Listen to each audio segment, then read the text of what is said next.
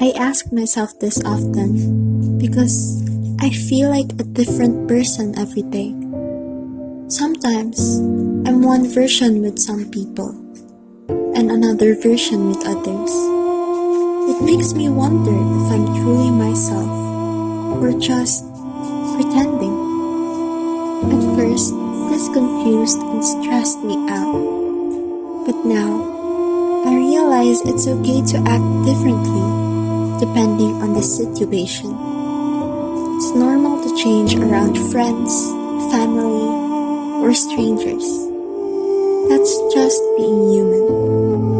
Still, when I look in the mirror, I sometimes feel lost. My friends ask, "Who are you really?"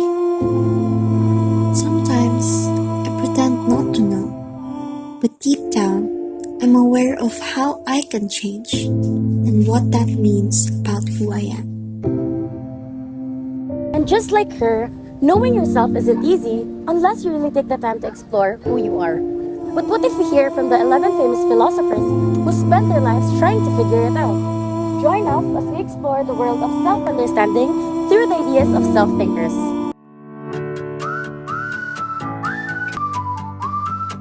Socrates, know yourself. Socrates is one of the most famous philosophers from ancient Greece, often called the father of philosophy. He believed that the most important thing in life is to know yourself, to understand your own thoughts, feelings, strength, weaknesses, and purpose. He once said, "The unexamined life is not worth living." Meaning, if you don't take time to reflect on who we are, why we do things, and what we truly want, then we're just living without direction. To Socrates, understanding yourself makes you make better choices and live a meaningful life. Why he contributed much? Socrates started the idea that self-knowledge is the foundation of all wisdom. He inspired people to ask questions about themselves instead of just accepting what others say. This method, asking deep questions, is still used to today to help people think critically. René Descartes. Descartes was a French philosopher in the 1600s. He's famous for the line, "I think, therefore I am." Descartes believed that our ability to think, doubt, and question is proof that we exist. Even if we're unsure about the world, the fact that we can think means there is a self inside us. Why he contributed much? Descartes made people realize that the mind is the center of self-understanding. Our thoughts, beliefs, and reasoning shape who we are. For him, self-understanding comes from being aware of our own thinking and not blindly trusting everything around. Plato was a student of Socrates. He believed that the self is made of three parts: reason, our thinking; spirit, our emotions and will; and appetite, our desires. He said that a healthy person is one whose reason controls the spirit and appetite. This balance creates harmony inside us. For Plato, the soul is more important than the body, and understanding the self means knowing how these parts work together. Saint Augustine was an early Christian philosopher who believed that oneself is deeply connected to God. He said that to truly understand yourself, you must look inside your soul and see your relationship with God. He focused on inner reflection on belief that knowing oneself means knowing God's presence within you. This idea connects self-understanding with spirituality and faith. For example, showing a person quietly, praying or meditating, connecting deeply on their life and purpose, searching for answers beyond themselves. John Locke. Locke was a British philosopher who said that the self comes from the memory and consciousness. He believed that what makes you the same person over time is your ability to remember past experiences. If you can remember doing something, then you are the same self who did it. Locke's idea helped start modern thinking about identity and personal continuity. Example, act as someone recalling a meaningful childhood event or a lesson that shaped who they are today. David Hume was a philosopher who questioned the idea of fixed self. He said that the self is just a bundle of different sensations, feelings, and thoughts that change all the time. According to Hume, there is no permanent I inside us, just a collection of experiences. This idea challenges the traditional view of a constant, unchanging self. Example, show a person experiencing different emotions throughout the day. happy, sad, and excited, angry, demonstrating that their self changes constantly.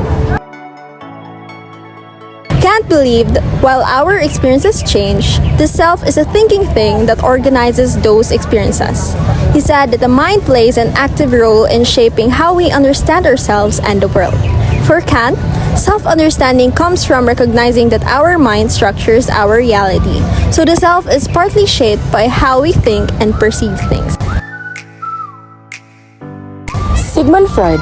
Freud, the father of psychoanalysis, believed that the self is made up of three parts: the ID, basic desires, the ego, reason and reality, and the superego, moral conscience. He showed that much of what makes us who we are is hidden in the unconscious mind. Our past experience and hidden feelings influence our behavior without us realizing it. Freud's work opens the door to understanding the self beyond just conscious thoughts. Gilbert Ryle. Ryle criticized the idea that the mind and body are separate. He said that the self is not a ghost in machine, but is shown in how we act and behave. For Ryle, understanding the self means looking at a person's actions and habits, not just what's going on inside their head. This idea focuses on the self as something we express to our daily life. Example, show someone helping a friend or performing an act of kindness, providing who they are through their actions rather than words. George Land is a philosopher of mind who believes that the self can be fully explained by the brain and nervous system. He supports the idea called eliminative materialism, which means some common ideas about mind and self might be wrong and should be replaced by neuroscience. He thinks that understanding the self means understanding the brain's physical processes. For example, show a scene where someone reacts to pain or joy, demonstrating how feels come from brain activity. You can even use as a simple brain model to explain this. Ponte focused on how the body and the world shape the self. He believed that our self-awareness comes through our bodily experience and interactions with the world. For him, the self is not just inside the mind but is lived through the body and senses. This view connects self-understanding with perceptions and how we experience being alive. For example, act out someone touching a soft object, smelling flowers, or listening to music to show how their senses connect them to self and the world.